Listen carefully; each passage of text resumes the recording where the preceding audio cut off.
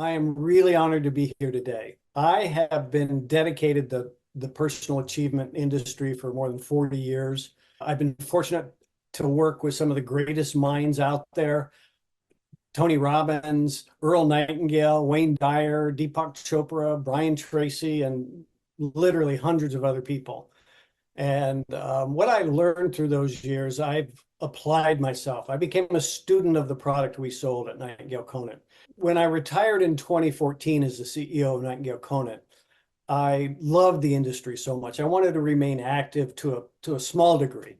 And so I made the decision to become a mentor because I had been mentored by so many brilliant individuals. As a result of the mentoring that I've done over the past few years, I have to say that as fulfilling as my career was at Nightingale Conant, the fulfillment, satisfaction, and enjoyment I got out of mentoring, pretty much the same as coaching with a little bit of difference, it was incomparable. I've never had a more enjoyable, more rewarding job in my life than the job of mentoring. I get to work with mostly young professionals, and it just feels good to share ideas with them. So as I went through a few months of mentoring, I really got to thinking, how can I distill some of the best things I've learned over my lifetime down to the essential things that helped me the most? And what I came up with was four distinct things. We have these 17 steps or these 21 principles and these 100 things you can do. And I wanted to really narrow it down to the most impactful things that really made a huge difference for me. And I'm going to share those with you today. I hope they do for you what they did for me. People are like buildings. Flaws in the building's foundation can have a ripple effect through the entire building. If the foundation has been shifted or damaged, then that movement affects the structural elements of the building. And the same is true for our own lives, which are built on a psychological foundation. If our psychological foundation is weak, so are our lives. The truth is, what I discovered was life is all about people. People are responsible for the success you want. They're going to either be your customers, there'll be people you work with, there'll be people who support you. People are responsible for your friendships and for the love you're going to have in your life. And the truth is, the quality of your life is literally determined by the quality of your relationships. And no way around it. If you think about it, everything I'm sharing today is pretty obvious. As a matter of fact, I'm not going to tell you anything you don't already know. But what I'm going to do is I'm going to elevate it to a level of importance that you'd never considered before. And it's my belief that these four things are the most important things you can do. Once you get beyond those, you can add your other goals. You can add your wealth building goals and your romance goals on top of them. But these four things literally determine how successful and happy you're going to be. If you want to attract more money, learn to connect with people in a healthy and harmonious way. And that's pretty much what I'm going to be talking about today. These four life takeaways I call the foundation of life. If you use them, they're going to empower you to build a better life for yourself and those around you. And it starts with this as number one: learn to love yourself. The most important relationship we have in life is our relationship with ourselves. It's not self-serving. It's not narcissistic. It's not superficial. It's critically important to anyone who wants to enjoy life rather than struggle with it. And here's why. You're only going to be as happy and as successful as you believe you deserve to be. I'm going to repeat it because it's so very important. You're only going to be as happy and as successful as you believe you deserve to be. Our sense of worth is tied directly to what we believe we deserve and what we end up getting out of life. It's interesting because as I was mentoring people, I came across this self-love issue, and because 90% of the people I've talked to, and I've talked to hundreds, 90% of them have an issue with self-love. They're hard on themselves. They beat themselves up. They don't have a sense of self-worth. And it really made me drill down onto that topic. And, the lack of self-love, it undermines the quality of your life. It affects your relationships, your happiness, and it really puts a cap on your progress. If you struggle with self-acceptance, self-love, you've got to make it your number one goal above all else. You have to remain committed to achieving your goal. And you really got to kind of shift that subconscious programming you have in your mind and make sure that you believe it and you committed to it and you're doing everything you can. Humans have always been an aggressive species of animal, capable of great viciousness and destruction. Giving into the ego's aggressive side is why we repeat self-sabotaging patterns. We question our self-worth. We let outside influences set off rage and disappointment and unhappiness. The truth is, at the core, we are an animal, and we are a carnivorous animal. And it's that animal part I call the ego. That's the primal part of our thinking, and it's the source of all of our conflict. We've had many battles with the ego, all of us have. It's ever present in our lives. It's there the moment we wake up till the moment we go to sleep. It's there the moment we're born until the moment we die. You'll never reach a level where the ego disappears. The best we can do is tame it, suppress it by controlling our thoughts. Pay attention to your thoughts because they determine the outcome of our life, plain and simple. The ego, it's fighting constantly. It's got that attack mode in it constantly, and if it's not attacking somebody else, in our mind, in our thought, it's attacking us. It turns its anger and viciousness towards us just as aggressively and equally as it does people outside. The ego divides, wisdom connects. It's pretty simple. Wisdom inspires that connection with others, and only that connection gives us the rewards we're looking for. It's really straightforward. Here's an example of the ego's influence. Good people suffer when they believe they let other people down. I know so many people that are great people, kind people, wonderful people, but they're so hard on themselves because they let down their mom or their dad or their boss or their boyfriend or girlfriend or husband or wife or kids. And what the ego does, it says, you punish yourself for letting people down. Look, we're humans, we're flawed, we're a species of animal, and it applies to each and every one of us, me, you, every one of us. When other people mess up, let it go. Let it be okay that they're humans, influenced by that primal self. When you mess up, do the same thing. Accepting others as they are is one of the greatest psychological breakthroughs you can have. It's one of the greatest breakthroughs you can have, period. It will help you be a happier person. And the same is true. When you let yourself down, don't buy into it. Just try again. Be determined to be a person on a self-improvement path. That's enough to pat yourself on the back. If you mess up, but you're determined to change and you keep working at it, that's all you need to appreciate yourself. When we deal with the ego, its foundation is defensiveness. It can be vicious in its defensive position, particularly when it's threatened. It works against us, and the sooner we learn that it's essential to keep our ego in check, the sooner our life unfolds the way we want it to. One of the best ways to break free of the ego's influence is to apply forgiveness, which is the second corner of the foundation of life. Learn to forgive. It helps you love yourself. It is the single most powerful psychological tool we have at our disposal. It can lift the weight of a lifetime of burden from our minds and frees us to enjoy other people and life in general. Whenever you're feeling insecure and unsure of yourself, it's because you believe the lies of the ego. It's sneaky. It's not your friend, ever. It's the part of your mind that is rooted entirely in defensiveness. It's always sensitive to anything that threatens its importance. And we've all met people who let this side of their ego take control. It shows up in their personality. They become defensive and angry when others question their position. Forgiveness is power.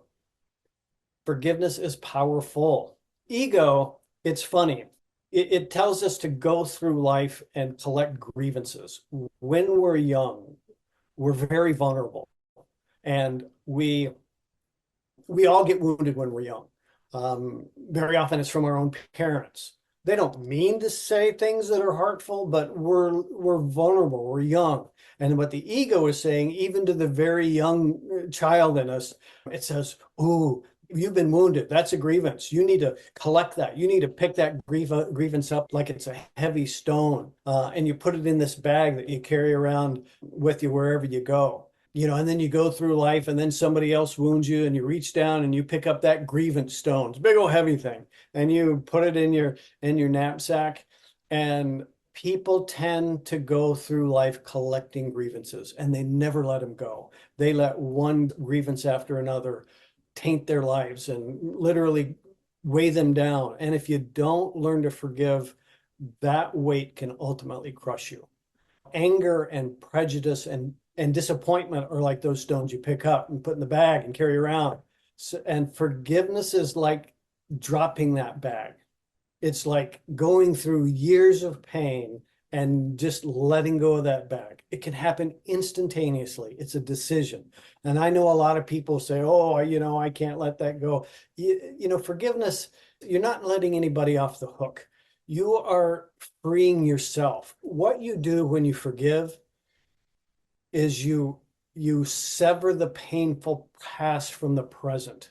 And when you do that, it brings you right to the here and now. And it's in the here and now where everything wonderful happens. It's where you connect harmoniously with individuals. It's where you solve problems. It's where you do great artwork. It's where you become a fabulous musician. It's where everything flows from.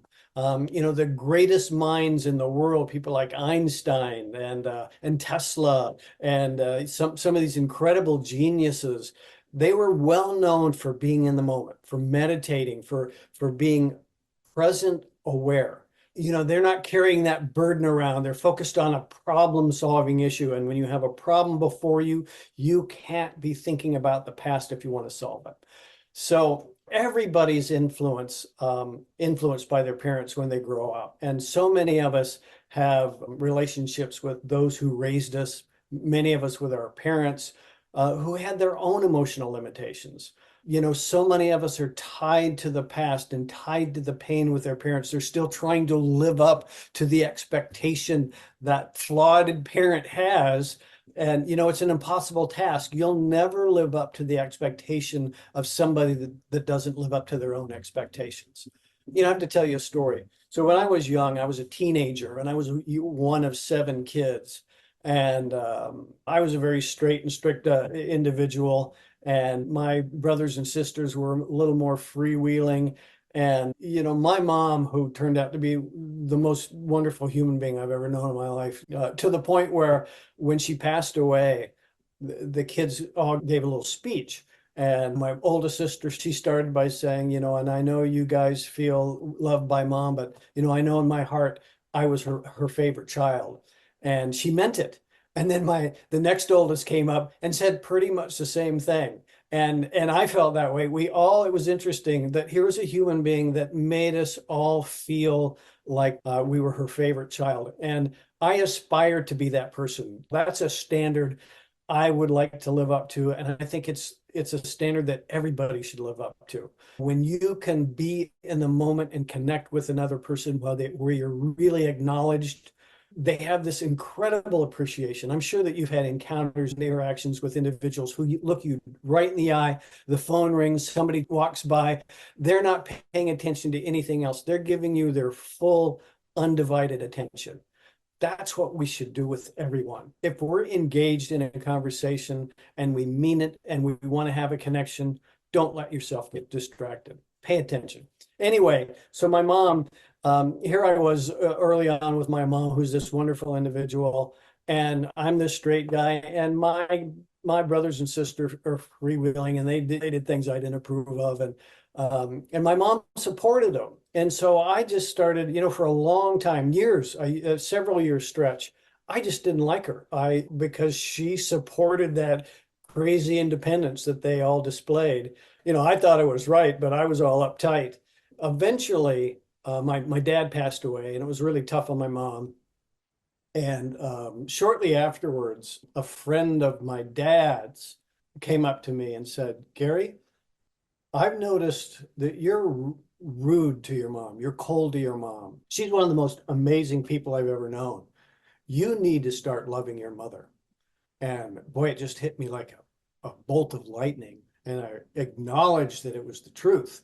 It was a life-changing moment for me because in an instant, I made the decision to love my mom. And not only did I love her, but never one time for the rest of her life did I ever feel a negative thought about her again. It was my first experience with unconditional love, and it was powerful. It was overwhelming to the point when she passed away.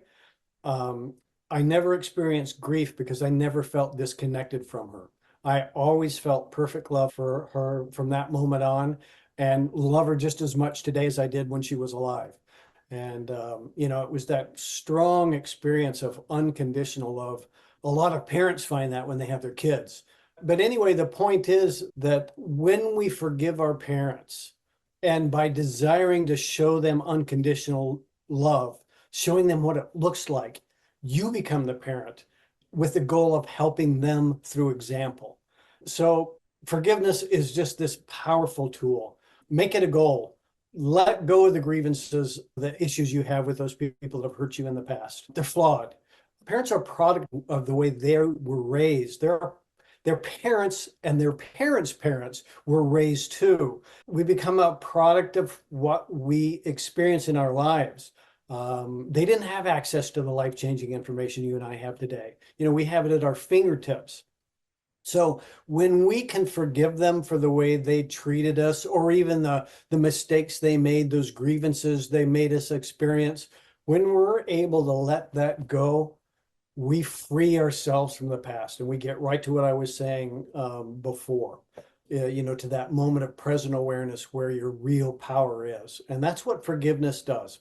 Snaps you from the past grievances right into the moment where you can solve problems and get things done and really connect with people and enjoy life. For those of you who are like me and you believe we're all connected, if that's the way you feel, then you have to understand that every thought we project onto another person gets reflected right back at us. It's the very reason we feel bad when we feel hate, anger, and prejudice, even when we're directing it to people outside of us. Our feelings about other people punish us. Forgiveness is the tool that we can use to shield ourselves from that backlash. It doesn't mean forgetting or condoning or excusing offenses. It simply means to let go of the desire to punish others for the wrong they did you, right? I got to repeat that because it's important. It means that we let go of the desire to punish others for the wrong they did you, because it's that sense of revenge that eats away at us.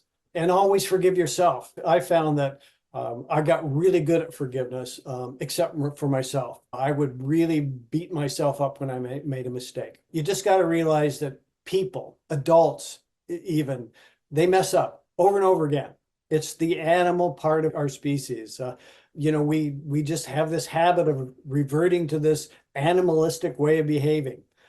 And so, we've got to address it. We've got to use that powerful tool. Some people can't forgive because they want to project blame. They want others to feel the pain they caused us. It's a no-win situation. There's never a benefit to blame, to hate, to anger, to prejudice, none of it. There's no payoff, no reward. It's self-limiting and it can erode the quality of our life.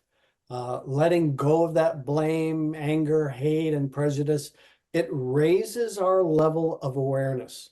It helps us tap that powerful mind that we have and make the most of it. It helps us operate at a higher level of consciousness. It moves us well beyond that base animal instinct that always messes with us.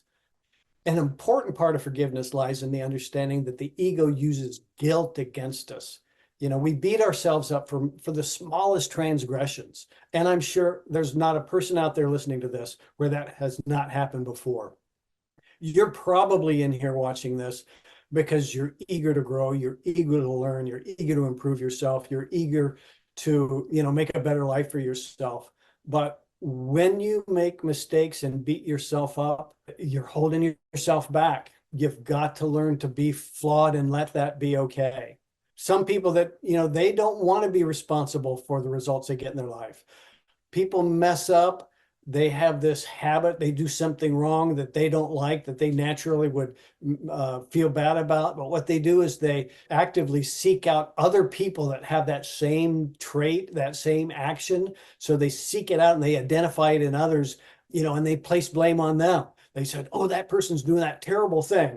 And they literally deny that that's what they're doing themselves. When I mentor people, I always ask the question, what's the one thing that annoys you the most? What's the thing that comes up over and over again that just pisses you off, that, it really gets to you?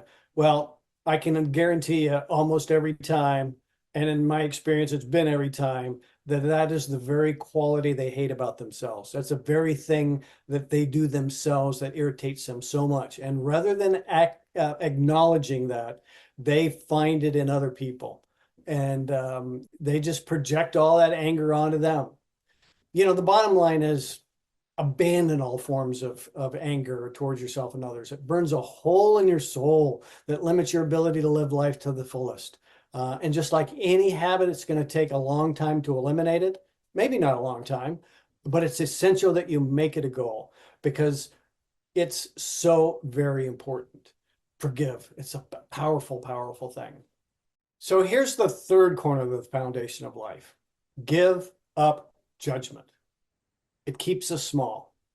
To connect with other people at a rewarding level, you got to give up judgment. It jades our view of others and ourselves and weakens our ability to connect with them. It really does. Judgment weakens us. Yeah, that's the truth. I want to tell you how I discovered the power of judgment.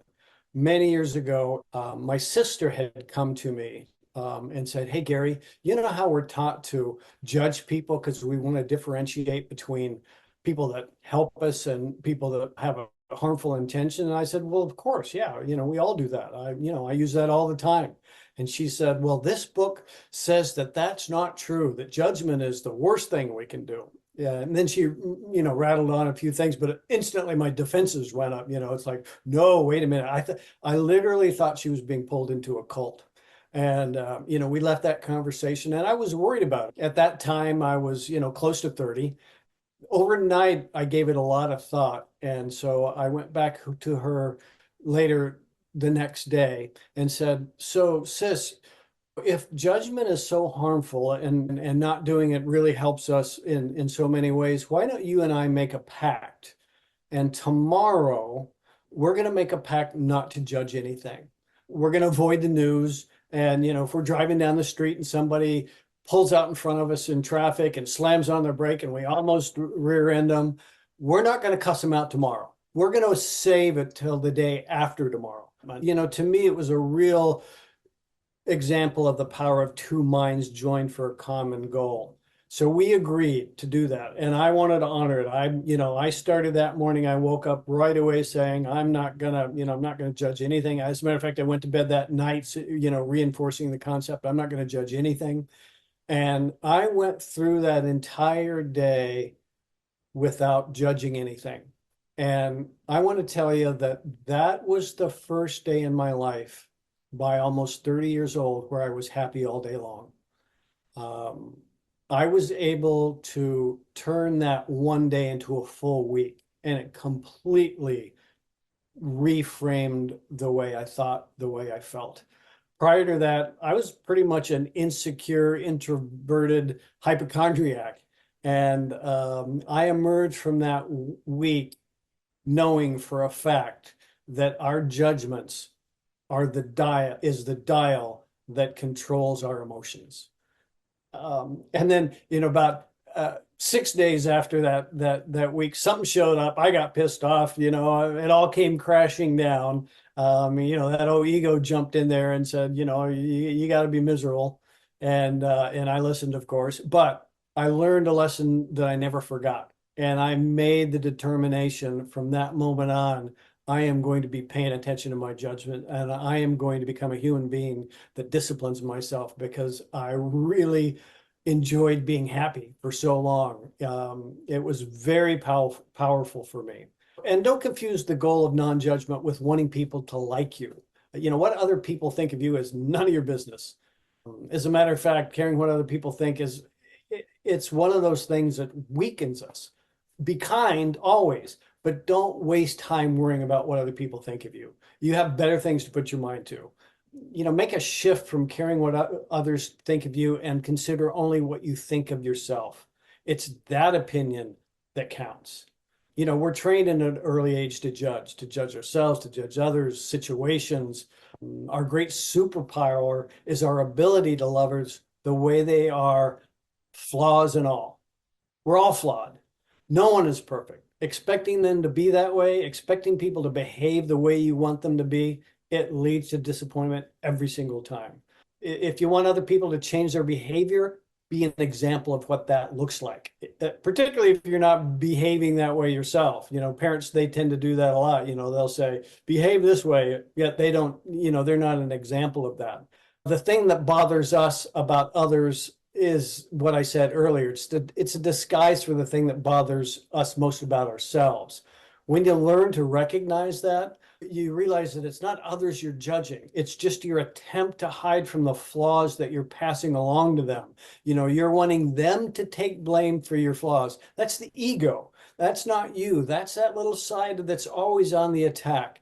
It's the ego's little secret that it wants to keep hidden from us. It's so important that we recognize how the ego sets us up by using its guilt strategy. When we learn to appreciate other people's flaws and all, it just moves us out of that discomfort zone that we love to be in. And it puts us in a more rewarding place. Plain and simple. Connecting with other people unconditionally, it gives us joy, and that joy rubs off on other people. I want to share a story about the power of non-judgment as a practical application.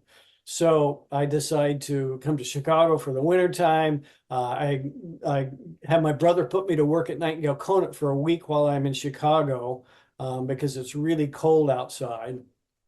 And, I'm just up there for, spur of the moment, last minute decision to go to a family reunion. And it was so cold that day that, I didn't have a winter coat. I was so poor, I didn't have a winter coat. So my plans of going to all the blues bars to watch the bands, very famous for great blues music in Chicago. Anyway, I went to work at Nightingale and I got offered a job. And the reason I was so able to advance through the company, the primary reason was because so many people supported me. And it was because I showed up with the discipline of non-judgment. I didn't piss people off. I respected them. I treated everybody well. I had made a conscious decision to let them be flawed, and I didn't use it against them. I didn't even judge them. It's like, heck, I know I'm flawed. I'm not gonna, what do I care? I always tried my best at everything I did. I worked really hard, but above all else, it was that ability to come across as not judgmental that won over the support of the people that counted. There was a period of time where, I had conflicts with people, but usually it was because I was advancing and they weren't. And, they wanted to kind of tear me down and, hey, this is the carpenter. He's not qualified to be doing this stuff. But I earned it every step of the way. And, but it was that non-judgment. It was so helpful. You trade judgment for appreciation, for genuinely loving people. I feel this way when I work with the staff at NHI, the Napoleon Hill Institute. They're great people. All the clients that have participated, they're wonderful people. It's that strong sense of community and connection that everybody has that's so empowering. And it kind of goes back to the mastermind, when two minds are connected with a common goal, but it's just so powerful. That happened with my sister and helped me experience that non-judgment situation. It's an experience you get when you coach. It's just such a powerful thing. When you can put yourself in the midst of other people who are like-minded and are determined to help and improve themselves and others, it's just so powerful, so enriching. Anyway, it feels great to love other people. The more the merrier. I've heard it told that you can only love a certain group of people. Outside of that, it's impossible. Yeah, I don't believe it for a second. You can love everybody. Doesn't mean you have to stay engaged with everybody constantly, but you can certainly connect with a stranger and feel a tremendous amount of appreciation and gratitude and really love, just straight out. It's the most enlightening experience we can have. It's a goal we should have personally and professionally, because it serves us, it serves other people, it's empowering. It's really that harsh judgment of others that keeps us small. We give up our power when we judge. It limits our ability to think on our feet. It limits our ability to solve challenges that we face in the moment. Judgment weakens us. Judgment keeps us out of the present moment. The difference between non-judgment and forgiveness is letting go of a grievance you had. Non-judgment keeps you from having that grievance to begin with. So forgiveness helps you get to that moment where you can be in the present, and non-judgment helps you be there. And that's where we are most powerful. Anyway, most people, they don't want to take responsibility for the things that piss them off. They like to push that responsibility away. And when you do that, you become a victim. And once you see yourself as a victim, you lose control of your life. Victims aren't in control. Somebody else is. That ego, it uses all kinds of ways to attack ourselves and others. There's this sense of defensiveness that we have. Let me preface this by saying there was that period of time at Nightingale Conant where I was rising up through the ranks. I was doing the non-judgment thing, but then I let it slip for a little while. I got a gatekeeper role at Nightingale. It was important to me. Boy, this was a big job, and I served as the gatekeeper, the guy that fielded calls and talked to people who wanted to do deals with us. And the truth of the matter was, I thought I was the protector of Nightingale Conant, and what I really was an asshole. That's the truth of the matter. I kind of went through this period of time where I thought people were trying to take advantage of us. And while that may have been rooted in somebody that actually was, I just assumed that was the way everybody was. And short-sighted of me to take that position. Thank God I grew out of it. But the point is that I felt like there was this value I had. My job, my responsibility was to be the gatekeeper and protect. I had this value. And when somebody confronted me with it at one time at work, I got very defensive. That's what the ego tends to do. It has us value things that are just not valuable. When you feel yourself threatened by someone, look at what you're valuing. Look at what you're hanging on to that's so important that you're willing to live with anger rather than analyze what it is you value so much. More often than not, you're going to find that thing you value is actually worthless. So, back to judgment, it directly controls our emotions. That's why it's so important we learn to manage it properly. Judgment masks our own magnificent capabilities. And don't let the temptation to judge others weaken you. Exempt no one from your compassion. When you do that, the one thing that I felt that I've seen happen with a few people that I've mentored is they were very tied to the grievances they had with their parents. They were able to embrace what I taught and reframe their thinking and become the parent of the parent. They became compassionate. They became examples of what they wanted their parents to be. They strove to be a compassionate, helpful individual. And of the people that told me that story later on, without exception, every one of them changed completely the nature of that relationship with their parents. Their parents didn't change. Their parents were still the grumpy old dissatisfied individuals they always were. But the child, who is now an adult, completely changed their perspective. They let go of those grievances. They didn't judge. They became the individual they wanted their parents to be. And by doing that over time, their parents softened. Their parents, were at least looking forward to the communications. And so that's the power of non-judgment. It is something you can start tomorrow. I've challenged many people to try to go through a day with non-judgment, and very few, quite frankly, if any, have been able to do it. I think it comes back to that mastermind group. I think the only reason why I was able to do it was because I made that very strong commitment to my sister, who also made that commitment. We were completely bonded on that goal. And so because of that, I believe that we were able to pull that off. But it doesn't really matter, because if you take on the non-judgment challenge, you're going to find out how much you judge. Of the people that I've challenged that weren't able to do it, without exception, every single one of them came back and said, I had no idea how much I judged people. It was almost overwhelming. And so pay attention to it. It's something you can start now. It's something that can completely change your life. And don't forget, don't judge yourself. That's the person you got to be the kindest to. That's the one you got to forgive. That's the one you got to love. Be kind to yourself first. It's very hard to be kind to other people when you're not kind to yourself. And it's very hard to be kind to yourself when you're not kind to other people. So the final corner is bring intention to the other three. Don't make these just something to think about. Intention means to have a plan to do something. It means you're going to resolve to carry out a specific action or goal with an objective in mind. Make that the case with the foundation of life.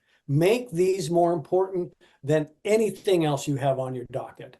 Because until you do, I guarantee you, your ego is going to show up and it's going to sabotage your efforts. I know so many people that are brilliant, that are geniuses.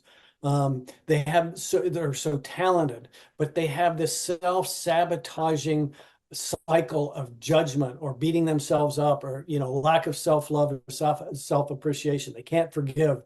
They have a reason. So many people, they set this level. It's the glass ceiling, we all hear about. And that glass ceiling is set by our judgment.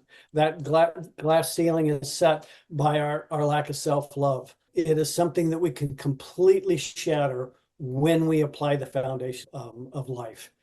Love yourself. Learn to forgive. Don't judge. It's empowering. Once you do it, you're going to benefit for the rest of your life. Do it every day, and your life is going to be transformed. Don't do it one day. Do it every day. Make it your number one goal, and I promise you, your life is going to change. There you have it, the foundation of life. I hope you got something out of it. I know I have. I've taught many people, and it has been life-changing. And I promise you, if you use it and practice, it's going to change your life too. Thank you for sticking with me this whole time. I'm grateful for being here. Be good. Don't judge. Love yourself. Forgive.